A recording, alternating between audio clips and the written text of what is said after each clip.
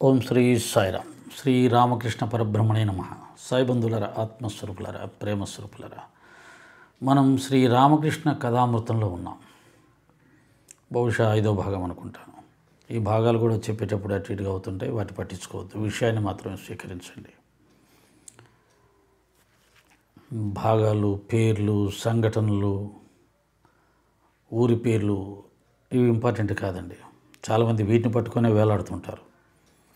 వీటికి సంబంధించిన జ్ఞానాన్ని నేర్చుకోవాలని చూస్తారు. ఊరి పేరు మారిపోతే కొంపే మునగదు, వ్యక్తి పేరు మారిపోతే కొంపే మునగదు. ఏ పేర్లు మారిపోయినా, సంఘటనలు మారిపోయినా ఇబ్బంది లేదు. అందులో చెప్పబడిన జ్ఞానం ఏదైతే ఉందో అది మారితే ఇబ్బంది. కాబట్టి పేర్లకు, తేదీలకు ఇంపార్టెంట్ ఇవ్వద్దు. జ్ఞానానికి, భావానికి మాత్రమే ప్రాధాన్యత ఇవ్వండి. ఎందుకంటే చెప్పేటప్పుడు ఒక్కోసారి కొన్ని పోతాయి.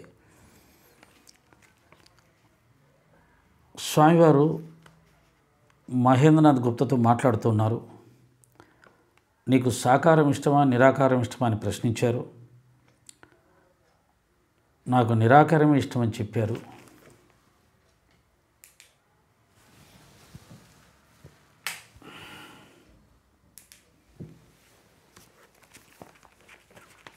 అయితే అప్పుడు రామకృష్ణ పరమహంస గారు ఏమన్నారంటే, నిరాకారము సాకారము రెండు ఒకటే, దాంట్లో ఏమాత్రం తేడా లేదు. బాబా గారు ఏ విధంగా రామ్ రహీం ఇద్దరు ఒకటే అన్నాడో, అలాగే నిరాకారము సాకారం రెండు ఒకటే, తేడా ఏం లేదు. కాకపోతే నీకు దేని యందు విశ్వాసం ఉంటే దాన్ని గట్టిగా పట్టుకో, ఆ మార్గంలో ప్రయాణం చేయి. కానీ మరొకటి తప్పు అని మాత్రం చెప్పొద్దు. ఇది నేర్చుకుంటే చాలండి, ఆధ్యాత్మిక మార్గంలో చాలా గందరగోళాలు తగ్గిపోతాయి. సాకారం తీసుకుంటే అందులో గొడవలు, నా దేవుడే గొప్ప, నా దేవుడే గొప్ప అని అందులో తన్నుకుంటారు.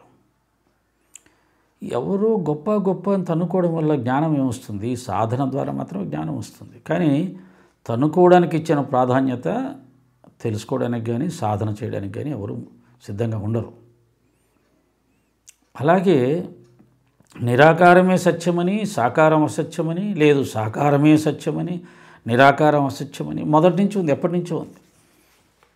అలా ఉంది కాబట్టే అద్వైతం తర్వాత విశిష్ట అద్వైతం వచ్చింది. కాదు అద్వైతం కాదు, విశిష్ట అద్వైతమే గొప్పది, అదే సత్యమని. ఇలా ఒక సిద్ధాంతాన్ని ఖండిస్తూ మరొక సిద్ధాంతం అనేది మొదటి నుంచి వస్తున్నాయి. పూర్ణంగా తెలుసుకున్న జ్ఞానులు ఏం చెప్పారంటే, అన్ని సిద్ధాంతాలు కరెక్టే, యద్భావం తద్భవతి అన్నట్టుగా ఉంటుంది. కాబట్టి నీ భావాన్ని నువ్వు వ్యక్తపరచుకో, నమ్ము, ప్రేమించు, కానీ ఇతరుల భావాన్ని ఖండించే ప్రయత్నం చేయొద్దన్నారు. దురదృష్టం కొద్దీ అది ఇప్పుడు జరుగుతూనే ఉంది.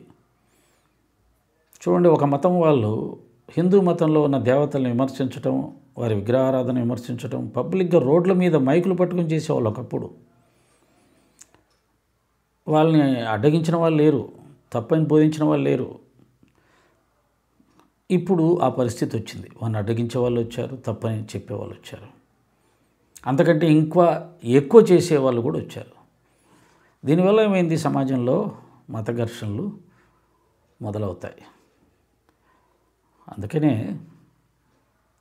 రామకృష్ణ పరమహంస లాంటి వారు, సాయినాథుల వారు వచ్చి అంతా ఒక్కటే అని చెప్పే ప్రయత్నం చేశారు. అన్ని మార్గాలు భగవంతుని చేరుస్తున్నాయని చెప్పారు. అందులో భాగంగానే మహేంద్రనాథ్ గుప్తకు చెప్తున్నాడు, నిరాకారం మాత్రమే సత్యమని, సాకారం అసత్యమని అట్లా అనుకోవాక, నీకు ఇష్టమైన మార్గంలో నువ్వు వెళ్ళు, తప్పులేదు, దాన్ని గట్టిగా పట్టుకో అని చెప్తూ ఉన్నారు. ఆ సందర్భంలో ఉన్నాం. ఇంకా ఏమన్నారో చూద్దాం.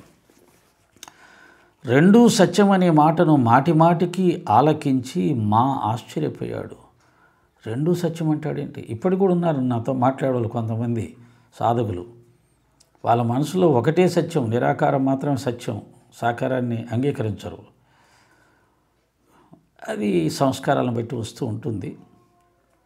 సరే, సాధనలతో ముందుకు వెళ్తే వారికి ప్రత్యక్ష అనుభవం అయినప్పుడు ఆ సమస్యలన్నీ కూడా పరిష్కరించబడతాయి. ఈ మాట తను చదివిన పుస్తకాల్లో లేదే అతడి అహంకారం మూడవసారి దెబ్బతింది. అంటే అతను ఏమనుకుంటున్నాడు, నిరాకారమే సత్యం, అదే గొప్పది, సాకారం ఉట్టిదే అనే నిర్ణయానికి వచ్చేసి ఉన్నాడు. కానీ రామకృష్ణ పరమహంస గారు దాన్ని కొట్టేసి రెండు సత్యమైనసరికి నేను తెలుసుకున్నది కూడా తప్పేనా అలా అనుకున్నాడంటే అతన్ని అభినందించాలి. ఎందుకంటే ఈయన చెప్తే మనం వినాలా అనుకోవట్లే. ఇప్పుడు వచ్చిన జనరేషన్ అంతా అలా ఉంది. ఎంత గొప్ప వాళ్ళు చెప్పినా మీరు చెప్తే మేము వినాలా, మాకు తెలిసిన దాన్నే మేము చెప్తాం, దాన్నే నమ్ముతాం అలాంటి జనరేషన్ వచ్చింది. కానీ ఈయన అలా కాదు.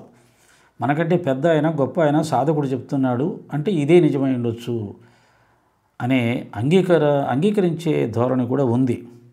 అతడి అహంకారం మూడవసారి దెబ్బతింది, కానీ ఇంకా పూర్తిగా కాలేదు.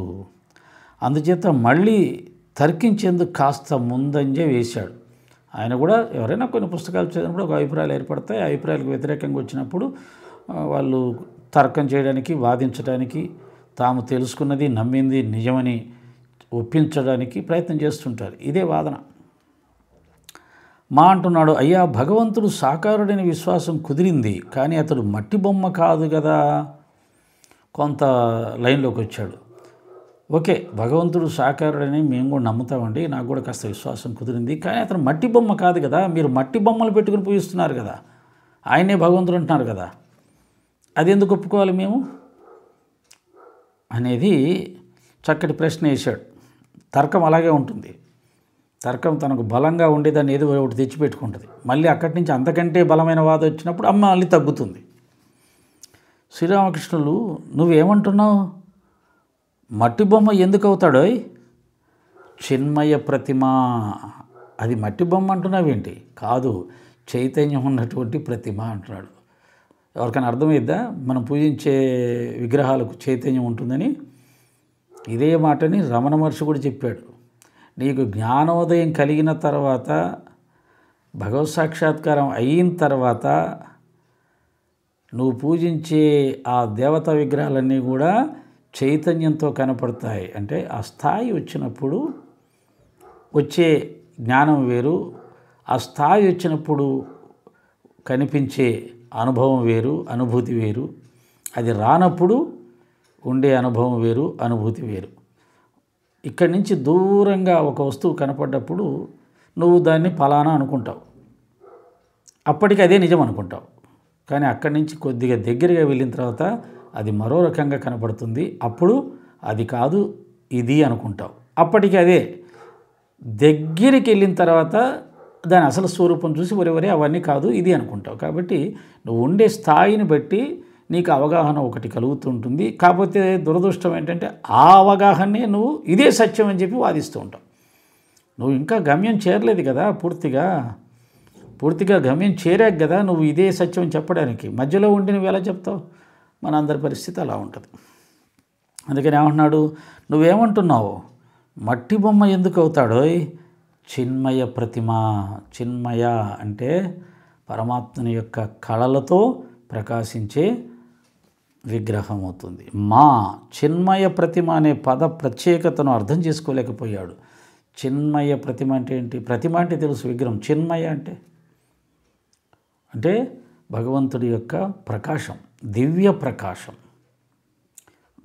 చంద్రుడు ఉంటాడు, చంద్రుడి చుట్టూ ఒక కాంతి వలయం ఉంటుంది. అది చిన్మయ ప్రతిమ అంటే. చిన్మయ అంటే చిదానందం అంటే. ఇప్పుడు మనం ఉంది ముఖమే, ఇది లోపల మనసులో మంచి ఆనందం కలిగినప్పుడు ముఖం నవ్వుతూ ప్రకాశిస్తుంటుంది. అది చిన్మయ అంటే. మనసులో ఉన్న ఆనందం ముఖం ద్వారా బయటకు వస్తుంది. చంద్రుడిలో ఉన్న కళలు ప్రకాశం ద్వారా బయటకు వస్తాయి. దేవునిలో ఉన్న దివ్యకాంతి విగ్రహం ద్వారా బయటకు వస్తే దాన్ని చిన్మయ ప్రతిమ అంటారు. అందువల్ల అతను అర్థం కాక శ్రీరామకృష్ణతో ఇలా అన్నాడు. కానీ చూడండి, మట్టి ప్రతిమలను అర్చించే వారికి ఇది భగవంతుడు కాదు అని వివరించాలి కదా. అంతేకాక మట్టి ప్రతిమ ముందు పూజలు చేయటం, మట్టిని పూజించటమే అవుతుంది. కాబట్టి ఇది అనుచిత కార్యమేనని తెలియచేయాలి కదా మనం. మట్టి ప్రతిమలను, బొమ్మల్ని పూజించే వాళ్ళకి ఇది దేవుడు కాదయ్యా, బొమ్మని చెప్పాలి కదండి. దాన్ని దేవుడు అనుకుని పూజిస్తే ఎట్లాగా? మనం వాళ్ళని చెప్పాలి కదా వాళ్ళకి అని అంటున్నాడు. ఆయనకి తెలిసిన జ్ఞానంతో. ఇప్పుడు చాలామంది మాట్లాడేదే.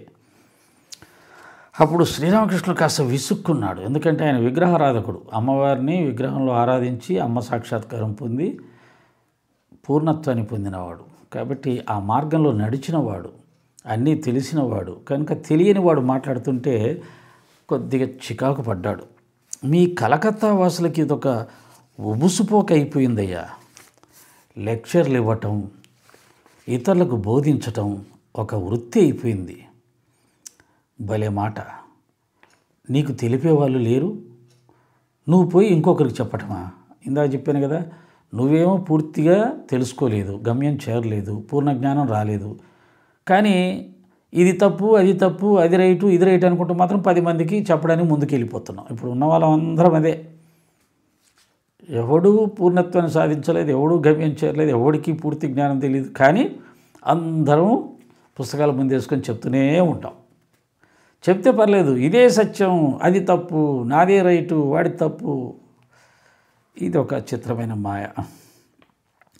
జగన్నాథుడే అందరికీ తెలుపుతాడు. ఎవడైతే ఈ జగత్తును సృష్టించాడో, సూర్యచంద్రులను, జీవజంతువులను సృష్టించాడో, జీవులకు ఆహారం సంపాదించుకునే దారి కల్పించాడో, బిడ్డలను పెంచి పెద్ద చేయటానికి తల్లిదండ్రులను సృష్టించి వారిలో వాత్సల్యం నింపాడో, ఎంత గొప్ప సత్యం. బిడ్డల్ని కనడం అందరికంటారు, కానీ వాళ్ళని పెంచడానికి ఒక ప్రేమ, ఒక వాత్సల్యం, మమకారం అనేవి లేకపోతే మనసులో వారి మలమూత్రాలని సంతోషంగా తీస్తూ, వారు ఏడుస్తున్నా, ఏడిపిస్తున్నా, గోల చేస్తున్నా, సతాయిస్తున్నా, వేధిస్తున్నా విసుక్కోకుండా లేదా విసుక్కుంటూ అయినా సరే వారిని ప్రేమిస్తూ, లాలిస్తూ కొన్ని సంవత్సరాలు కష్టపడి పెంచి పెద్ద చేస్తారే, దాని అన్నిటికీ కావలసిన వాత్సల్యం, మమకారం, ప్రేమ అనేవి ఇవ్వకపోయి ఉంటే జంతువులకు అవే ఉండవు. కొంతకాలమే, కొన్ని రోజులే, ఆ తర్వాత అవేవే కాట్లాడుకుంటాయి, కొరుక్కుంటాయి. కొన్ని జంతువులు పిల్లల్ని చంపి తింటాయి. కానీ మనుషులకు మాత్రమే ఆ వాత్సల్యం, ఆ మమకారం, ఆ ప్రేమ పెట్టాడు. దాంతో మానవ సమాజం సకల ప్రాణికోటిలో శ్రేష్టమైనదిగా చెప్పబడుతూ ఉంటుంది. తల్లిదండ్రులను సృష్టించి వారిలో వాత్సల్యం నింపాడు, ఆయనే బోధిస్తాడు. ఇన్ని ఏర్పాట్లు చేసిన వాడు ఈ ఏర్పాట్లు మాత్రం చేయలేడా? మాలాంటి వాళ్ళకే, సత్సంగాలంటూ చెప్పడానికి పోతున్న వాళ్ళకి నువ్వేదో బోధిస్తానని పోతావేంటి? నీకేం తెలుసని? నువ్వు చూసావా? నువ్వు సాధించావా? సాక్షాత్కారం పొందావా? అలా పొందితే కదా చెప్పడానికి నీకు పూర్తిగా జ్ఞానం ఉండేది. నువ్వు నేర్చుకునేది అర్ధజ్ఞానం, పుస్తక జ్ఞానం. మళ్ళీ 10 మందికి బోధించడానికి వెళ్తావు. పోనీ బోధించిన వాడు ఊరుకుంటావా? ఇదే సత్యం అని చెప్పి ప్రతిపాదిస్తావు, ఎదుటి వాళ్ళది అసత్యం అని వాదిస్తావు. అందుకని నేను ఏమన్నాడు, ఆ బోధించే పని కూడా ఆయనే చూసుకుంటాడు. ఇంత సృష్టి చేశాడు, ఇంతమందిని సృష్టించాడు, ఇంతమందిని పోషిస్తున్నాడు, ఇన్ని ఉత్తమ గుణాలను ప్రసాదించాడు. అవసరమైనప్పుడు ఆయన బోధించలేడా? నువ్వెందుకు బోధించాలని ఎగిరిపోతున్నావు? మాలాంటి వాళ్ళకి బుద్ధి వచ్చేవి చాలా ఉంటాయి. ఇందులో అవసరమైతే ఆయన తెలియచేస్తాడు. ఆయన అంతర్యామి కదా. మట్టి ప్రతిమను పూజించటం పొరపాటైతే ఆ విషయం ఆయనకు తెలియదా? తనని ఆరాధిస్తున్నారని ఎరగడా? ఆ పూజతోనే ఆయన తృప్తి నొందుతాడు. ఆ తలనొప్పి నీకెందుకు? నీ సంగతి చూసుకో. నీకు ఏ రీతిలో భక్తి కలుగుతుందో, జ్ఞానం అబ్బుతుందో దానికోసం ప్రయత్నించు. అది మట్టి ప్రతిమ అని దాన్ని పూజిస్తే నీకేం రాదని సృష్టికర్తకు తెలుసు కదా, పరమాత్మకు తెలుసు కదా. తన బిడ్డలు తప్పుదారి బట్టి దేన్నో పట్టుకుని పూజిస్తుంటే దాన్ని పూజిస్తే ఏమి రాదురా అని చెప్పడా ఆయన? వాళ్ళ పూజను ఆయన స్వీకరిస్తున్నాడు కాబట్టి అలా చెప్పట్లేదు. అవన్నీ ఆయన చూసుకుంటాడు. నీకెందుకు? నీ పని నువ్వు చూసుకో. భక్తి జ్ఞానం ఎలా కలుగుతాయో దాన్ని చూసుకొని ఆ మార్గంలో ప్రయాణం చెయ్యి. వారి గురించి నీకెందుకు? ఎంత చక్కటి బోధ. దీంతో మా అహం తునాతునకలైపోయింది. అంటే ఇతరులకు ఏదో చెప్పాలి, నేనేదో తెలుసుకున్నాను పుస్తకాలు చదివి, కాబట్టి ఆయన ఇక్కడ కూడా ఆయనతో కొద్దిగా వాదించాలని వచ్చాడు. ఆయన బోధనలు వినేసరికి సత్యం ఏంటో తెలుసుకున్నాడు. ఎంత సమయం వృధా చేస్తున్నాడో తెలుసుకున్నాడు. దేన్ని వదులుకోవాలో తెలుసుకున్నాడు. ఏది చేయకూడదో తెలుసుకున్నాడు. దేనివల్ల సమయం వృధా అయిపోతుందో తెలుసుకున్నాడు, జీవితం వృధా అయిపోతుందో తెలుసుకున్నాడు. మనం కూడా తెలుసుకోవాలి. చాలా వింటాం కానీ తెలుసుకునే ప్రయత్నం చెయ్యం. తెలుసుకున్న వాళ్ళు కూడా ఆచరించే ప్రయత్నం చెయ్యరు. కనీసం ముందు తెలుసుకోవాలి, అంగీకరించాలి, తర్వాత నిర్ణయం చేసుకోవాలి ఆచరించాలని. ఆచరిస్తున్నప్పుడు అనేక ఒడిదుడుకులు వస్తాయి. వెంటనే రావు ఆచరించగానే ఫలితాలు. కింద పడుతుంటావు, మీద పడుతుంటావు, కింద పడుతుంటావు, మీద పడుతుంటావు. పట్టు వదలకుండా వెళ్తే అప్పుడు ఫలితాలు వస్తాయి. ఇదంతా ఒక సిలబస్, ఒక క్రమ పద్ధతిలో వెళ్ళాల్సిందే. ఒకేసారి రమ్మనగానే ఏమీ రాదు. దీంతో మా అహం తునాతునకలైపోయింది. అతడు లోలోన ఇలా ఆలోచించసాగాడు. ఈయన చెబుతున్నదంతా వాస్తవమే కదా, ఇతరులకు బోధించబోవటం నాకెందుకు? నేను భగవంతుని గురించి తెలుసుకున్నానా? లేక నాకు ఆయన మీద భక్తి కలిగిందా? ఉట్టికెక్కలేని అమ్మ స్వర్గానికి వెళ్తుందట. ఎంత వెర్రితనం! ఏమీ తెలియకుండానే, వినకుండానే ఇతరులకు చెప్పాలనుకోవటం, ఇదెంతటి తెలివితక్కువ పని, సిగ్గుచేటు. ఇదేం గణితమా, లెక్కలా, దేశ చరిత్ర లేక సాహిత్యమా ఇతరులకు చెప్పడానికి? ఇది భగవతత్వం సుమా. ఆయన చెప్పిందంతా నా మనసుకు ఎంతో నచ్చింది. శ్రీరామకృష్ణులతో మహేంద్రనాథ్ తర్కానికి ఇది ఆది అంతము రెండు ఇదే. ఇంకా రామకృష్ణ పరమహంస గారితో మహేంద్రనాథ్ గుప్తా ఎప్పుడూ వాదించలేదు. ఇదే మొదలు, ఇదే చివరి. విఘ్నుడు కాబట్టి, అర్హత ఉన్నవాడు కాబట్టి, బుద్ధి ఉన్నవాడు కాబట్టి స్వామివారి గొప్పతనాన్ని అర్థం చేసుకున్నాడు. ఆయన చెప్పిన దాంట్లో ఉన్నటువంటి సత్యాన్ని అర్థం చేసుకున్నాడు.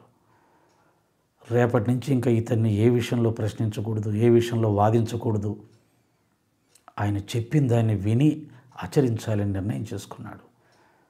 ఈ జ్ఞానం కలగాలన్నా, ఈ వివేకం కలగాలన్నా ఎన్నో జన్మల పుణ్యం ఉండాలి. ఓం సాయిరాం. జై రామకృష్ణ పరబ్రహ్మణే నమః.